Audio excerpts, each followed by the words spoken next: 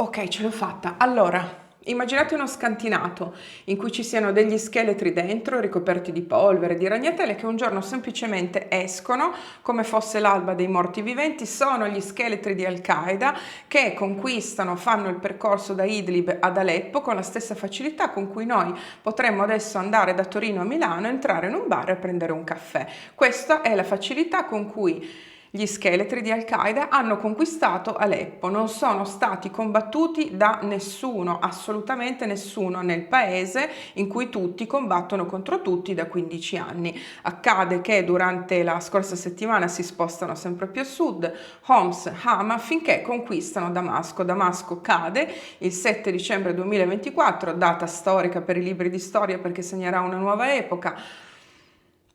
Notizia positiva per i siriani perché non c'è nessun dubbio che il regime di Assad sia stato spaventoso, ma noi qui purtroppo non ci occupiamo né della felicità degli altri né delle epoche storiche. Noi ci occupiamo di Islam e dobbiamo essere consapevoli che il liberatore della Siria, il capo di tutti questi scheletri impolverati che a un certo punto sono arrivati perfettamente lucidati e splendenti con queste camicie perfette, tutti puliti, si chiama Abu Muhammad al-Jawlani, che significa padre Maometto dalle alture del Golan, e quindi abbiamo davanti una marea di problemi. L'essere nasce nell'82 in Arabia Saudita, ha comunque origini siriane, tant'è che si sposta poi a Damasco durante l'infanzia e da subito manifesta fervore e sostegno per la OLP, l'Organizzazione per la Liberazione della Palestina, Hamas, la seconda intifada, quindi siamo nei primi anni 2000, dopodiché decide di spostarsi in Iraq dove arriva nel 2003 e inizia semplicemente a lavorare nell'ombra, a studiare nell'ombra perché non rilascia interviste a volto scoperto, non fa comunicati, non scrive, ma spicca all'interno di questo nuovo, come si può dire, di questo nuovo ambiente che si sta creando per progettare il prossimo califfato, spicca semplicemente per le sue competenze per quanto riguarda il territorio siriano, perché lo conosce effettivamente molto bene.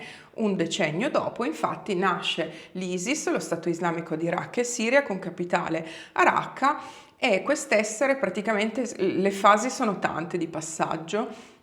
Nei prossimi giorni troverete diverse diciture, sono tutte valide, più o meno proprio per andare per sommi capi possiamo riassumere che le varie scissioni, i vari passaggi sono stati questi: Al-Qaeda in Iraq, Al-Qaeda in Siria, Jabhat al-Nusra, Hayat Tahrir al-Sham. Sono sempre loro, sono sempre le stesse persone con la stessa ideologia alle spalle. Non è cambiato assolutamente niente. Sulla carta al-Jawlani disse moltissimi anni fa che Hayat Tahrir al-Sham nasceva perché sulla carta avrebbero dovuto occuparsi soltanto degli affari locali della Siria e quindi del Levante, della Grande Shem, perché poi anche lì cambia la percezione a seconda delle parole che vengono usate, però sempre si tratta di un jihadista, di un terrorista islamico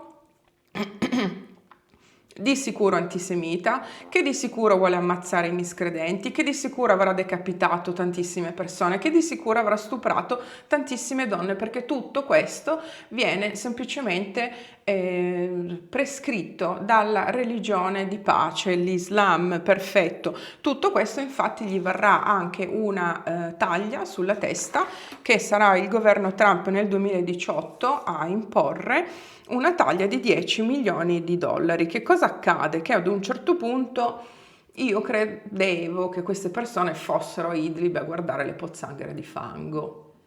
E invece mi sbagliavo di grosso. Molto probabilmente queste persone hanno studiato un nuovo programma, l'operazione è preparata di sicuro, perché non può andare così bene un'operazione non preparata, e di tutto quello che probabilmente è stato studiato ci sono effettivamente delle novità che non bisogna prendere ovviamente con spirito improvvisamente ottimista, perché stiamo parlando di scheletri di Al-Qaeda, stiamo parlando di terrorismo islamico, anzi sono state secondo me raffinate, mi spiace dirlo, non voglio tessere le lodi di Al-Jawlani, però sono state raffinate tutta una serie di dettagli sia visivi, estetici che nei punti retorici e probabilmente anche nella pratica a livello politico. Da cosa io posso aver dedotto tutto questo? Da un'intervista che la CNN ha fatto con quest'essere, cioè l'essere esce dallo scantinato immaginario tutto impolverato, arrivano poi tutti perfetti, liberano la Siria, nel senso che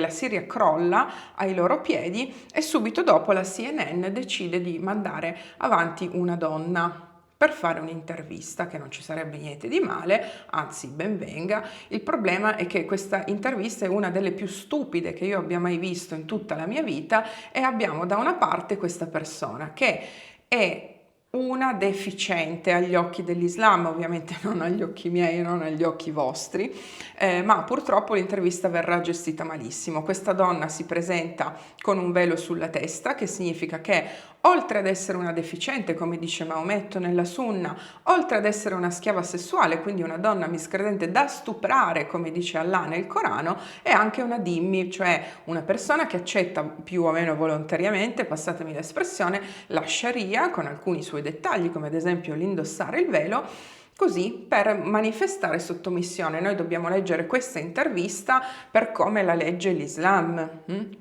Quindi noi dobbiamo essere sicuri che l'Islam in questo momento si è ritrovato davanti una deficiente da stuprare, dimmi, che per di più non sa manco fare le domande corrette ad Al-Jawlani, che non è più Al-Jawlani, perché questo a me sembra più che altro un attore catalano, un attore spagnolo che vuole fare Guevara o che vuole fare Fidel Castro. Questa persona è cambiata tantissimo anche soltanto a livello estetico, ma quel che è peggio è quello che viene detto. Siamo riusciti a prendere la Siria in meno di una settimana perché abbiamo lavorato ad una ristrutturazione dell'apparato militare, delle infrastrutture, unificando tutte le fazioni militari. Vabbè. Ci siamo dati più disciplina e ora possiamo combattere in maniera organizzata. Siamo passati dal caos all'ordine. Da questo noi capiamo che gli scheletrini non erano nello scantinato pieni di polvere e ragnatele, ma stavano studiando una nuova strategia. Quindi avranno fatto mente locale, una presa di coscienza sul fatto che la jihad normalmente è sempre caotica, e semplicemente abbiano deciso di cambiare, quindi di migliorarsi, e solo per questo motivo noi non dobbiamo stare sereni. Siamo ancora nel mezzo della battaglia, non possiamo gridare vittoria, non sarebbe saggio discutere alcuni dettagli adesso. È molto interessante il fatto che in questo momento il capo degli scheletri dica, Al-Jawlani dica non possiamo gridare vittoria, perché in seguito capiremo perché in questo momento è interessante che lo dica. In questo momento lo dice perché questa povera giornalista che dovesse fare la gelataia da domani nessuno piangerà, gli ha praticamente fatto capire che Israele ha indebolito tutta l'asse sciita, che è vero. La Russia è indebolita per altri motivi e quindi fondamentalmente il regime di Assad non aveva più il supporto per restare in piedi, no? E tutto questo però è accaduto e nessun arabo ti dirà mai sì, siamo stati sconfitti da Israele. Semplicemente, no? Quindi era proprio sbagliata la domanda, tant'è che lui dice no, no, stiamo ancora combattendo, non possiamo gridare vittoria. Chi teme che attueremo un regime islamico severo o non ha capito come funziona un regime islamico oppure ha visto delle interpretazioni errate del regime islamico. Questa è la bugia più frequente che dicono tutti di fronte ai talebani, di fronte alla teocrazia dell'Iran, di fronte ad Hamas, niente mai islamico, e chissà perché c'è bisogno di continuare a dirlo, c'è bisogno di continuare a mentire, perché? Perché le persone lo sanno che questo è l'Islam e basta. Infatti non doveva neanche chiederglielo, l'intervista è stata gestita pessimamente. Ora, la cosa più importante da fare per noi è la creazione di istituzioni. Questa frase mi ha colpito molto, primo perché che cosa saranno le istituzioni per un terrorista islamico? L'INPS per i decapitatori o gli ospedali per le bambine violentate come prescrive il Corano? O le schiave sessuali, gli ospedali per le schiave sessuali stuprate dagli jihadisti per come prescrive il Corano, o no, un osservatorio sull'antisemitismo. Che cosa sono le istituzioni che ci deve spiegare adesso il Jawlani? Però è interessante perché? Perché lo ripete un sacco di volte, infatti lo ripete anche dopo, quando dice il nostro governo in Siria non sarà un governo a guida individuale, ma sarà un governo di istituzioni. Non ci sarà una legge arbitraria applicata da un singolo e questo è il momento in cui, secondo me, il capo degli scheletri vuole fare leva un po' anche sui comunisti in Occidente, a parte che si è presentato vestito come un combattente messicano, colombiano, realismo magico, arrivo, pulito, tutti che esultano con applausi da parte di tutti, vabbè, tipo lì, così, no? Questa icona così un po' latina, diciamo. Però qui l'essere, secondo me, voleva parlare della Sharia quando ha detto non ci sarà una legge arbitraria applicata da un singolo, perché l'Islam dall'interno si percepisce come i comunisti per gli altri, cioè, oddio, l'Islam dall'interno si percepisce la Sharia come un sistema uguale per tutti quanti i musulmani. E in questo coincide tantissimo con la percezione dall'interno del comunismo. Però io adesso non volevo complicare tutto, secondo me però l'essere sta menzionando questa cosa per fare leva un pochino su quello e ha di nuovo menzionato il governo di istituzioni. Questa è una novità. Questa è una novità e fra poco dobbiamo riflettere anche su questo. Dopodiché dice: nessuno ha il diritto di annientare le minoranze locali, che siano etniche o religiose. Le minoranze devono essere protette in una cornice legale del sistema che garantisca la loro sicurezza, che detto da un decapitatore che avrà ammazzato cristiane, ebrei, non credo ce ne fossero molte, curdi, drusi, alawiti, non è proprio il massimo della sincerità. Questa intervista ha veramente fatto schifo, perché una persona che vede l'intervista che cosa dovrebbe concludere arrivati a questo punto? Che se voglio fare un bel corso sui diritti umani e imparare come gestire le minoranze etnico-religiose devo chiedere ad Al-Qaeda. Prendo lezioni da loro. Hayat Tahrir al-Sham è solo una delle fazioni, ma ora le abbiamo unificate. Hayat Tahrir al-Sham è solo uno strumento per raggiungere un progetto più ampio che ovviamente è il califfato, ma io non ti menziono perché sono un terrorista islamico e di professione mento, se va bene. Se va male inizio ad ammazzare. Quindi qual è il senso di fare queste domande? Tant'è che ad un certo punto la futura Jalataia dice: ah, ma quindi ora siete moderati? E lì è quando l'Islam dice: vabbè, ma questi sono scemi allora. Ma noi dovremmo sprecare delle munizioni per fare jihad contro i miscredenti occidentali? E il gioco è praticamente già fatto. Cioè, è come se io adesso avessi lì al-Jaulani, gli chiedo: ah, quindi non vai più in giro a decapitare le persone. Infatti lui risponde prendendo in giro, ovviamente, perché dice: ma no, dai, sono fasi della vita. A 20 anni una persona ha un carattere, poi si cambia con i 40, e poi ancora a 50 anni sei diverso e cambi personalità. E ci mancava soltanto che ci dicesse: beh sì, a 40 anni non fai più le ore piccole come a 20. Ma ci rendiamo conto? La gente che vedrà questa intervista deve credere a questo cambiamento e deve giudicare non dalle parole, ma dalle azioni, dai fatti e dalle scelte che faremo. Questa, secondo me, è la parte più importante di tutta questa orrorifica intervista, perché l'essere qui sta dicendo una cosa, secondo me, in maniera implicita. Sta dicendo che voi dovete guardare le nostre azioni e le nostre scelte, ok? Perché siamo cambiati, non nel senso che non siamo più jihadisti, ma nel senso che un decennio fa, prima di fare mente locale sul fatto che eravamo caotici e che adesso siamo più disciplinati e siamo passati all'ordine, noi avremmo preso Damasco a mezzogiorno e a mezzogiorno e 15 avremmo proclamato il nuovo califfato. Adesso invece non vogliamo fare questo, il nostro programma è stato perfezionato, è stato studiato a tavolino affinché uscissimo come l'alba dei morti viventi, ci prendessimo tutta la Siria e la proclamazione del califfato non avverrà subito dopo la conquista del paese, quindi ci sarà una fase lunghissima in cui noi vogliamo entrare nelle istituzioni, creare istituzioni o, come aveva detto poco fa, entrare proprio nel tessuto sociale siriano, che non ha opposto nessuna resistenza in ogni caso, fino a che questi tentacoli abbiano preso il potere, il paese, ad un livello più profondo, anche perché il califfato di Raqqa ha fallito. Questo loro lo sanno benissimo, quindi sono cambiati, non nel senso che sono moderati e che adesso andranno in giro a lanciare fiori, continuerà a essere terrorismo islamico. Però c'è stato un perfezionamento nell'immagine, nella retorica e anche nel programma. È lui stesso a dirlo. Giudicate dai fatti e dalle scelte che faremo. L'obiettivo resta comunque l'imposizione di un califfato. Anzi, Al-Jawlani era particolarmente, come si dice, ossessionato dall'idea del grande Levante, della grande Siria, la grande Shem.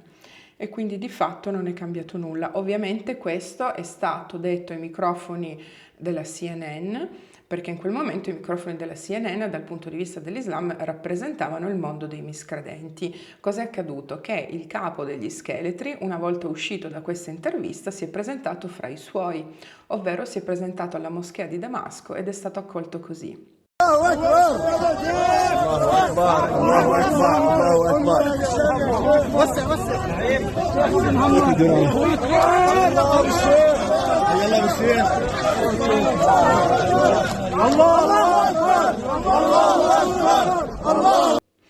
Allora, già il fatto che si mettano a gridare Allah Akbar non mi fa pensare bene, nel senso che Allah Akbar vuol dire noi siamo più importanti di voi, Allah è più grande degli altri, Allah è più grande del tuo Dio, ho parafrasato in maniera molto elastica, però accettando un attimo la connotazione per il contesto significa questo, no? E poi quel che è peggio è che quando quest'essere, Maometto, dalle alture del Golan prende il microfono in moschea, dice che è stata una grande vittoria, che hanno vinto, che è il contrario di quello che aveva detto alla futura gelataia della CNN. Ha detto noi abbiamo vinto e abbiamo vinto proprio in chiave islamica, abbiamo vinto come Umma. La Umma è la grande comunità islamica che l'Islam in realtà percepisce come nazione. Cioè noi sappiamo che l'Italia è questa e questi sono i confini geografici dell'Italia, va bene. L'Islam no, l'Islam si percepisce come una nazione, sì, ma che ha i confini estendibili in espansione a seconda di dove arrivano i musulmani, tant'è che l'obiettivo finale dell'Islam è quello di conquistare anche i miscredenti. Qui abbiamo una marea di problemi, immaginate Israele che in questo momento, a parte che mentre registro secondo me ha già fatto qualcosa, però non ho approfondito questo, se no non avrei registrato mai più, si ritrova anche questi come vicini di casa, fondamentalmente, cioè in linea d'aria cosa ci saranno? 200 km da Damasco al nord di Israele e appunto questa è la percezione. Immaginate cosa potrà mai pensare in questo momento Israele. A Damasco c'è anche un aeroporto e loro sono gli scheletri di Al-Qaeda. Non devo insistere con i dettagli perché avete tutti capito che c'è anche c'erano le armi chimiche in Siria, vennero usate. Io poi non ho più seguito questo filone. Quando è esploso il porto di Beirut, io non ho avuto molti dubbi su chi mai avrebbe potuto possedere, mi sembra, 3.000 tonnellate di nitrato d'ammonio a 100 km da Damasco. Però nessuno ci dirà mai ovviamente come sono andate le cose.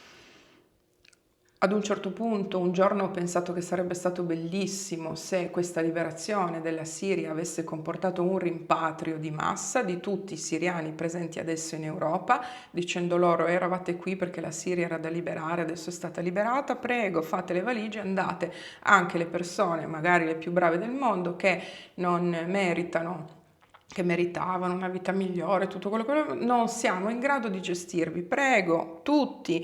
Questo mio pensiero è durato circa 1 minuto e 30 secondi, perché non credo che accadrà. però chissà, ogni 5 minuti qua c'è un aggiornamento. Per quanto riguarda il futuro, sappiate che il 20 gennaio, non dimentichiamoci se no ci disperiamo, il 20 gennaio sale al potere Trump, che ha già lanciato un messaggio forte ad Hamas dicendo: se non vengono rilasciati gli ostaggi entro il 20 gennaio, giorno in cui io salirò al potere, le persone responsabili si ritroveranno in Medio Oriente l'inferno sulla terra. Rilasciate gli ostaggi, vedremo cosa farà Hamas o quel che resta di Hamas. A parte la politica, che vorrei concludere con un sorrisone per Tajani, non so se l'avete notato, in tutto questo è stato un incubo seguire tutto quanto, praticamente con il Dia de los Muertos, come festeggiano in Messico, e Tajani si è presentato un giorno ai microfoni con la felpa dicendo: scusate, qualcuno sa dov'è Assad? Ok, molto bene. Questo è quello che ho capito io, questo è quello che potevo fare io. Ovviamente è tutto un fenomeno islamico, abbiamo tutta una serie infinita di problemi islamici di fronte di fronte agli occhi, e basta. Se ci sono domande e se riesco a rispondervi, mi scrivete nei commenti e basta, stiamo a vedere. Ciao tribù, grazie mille.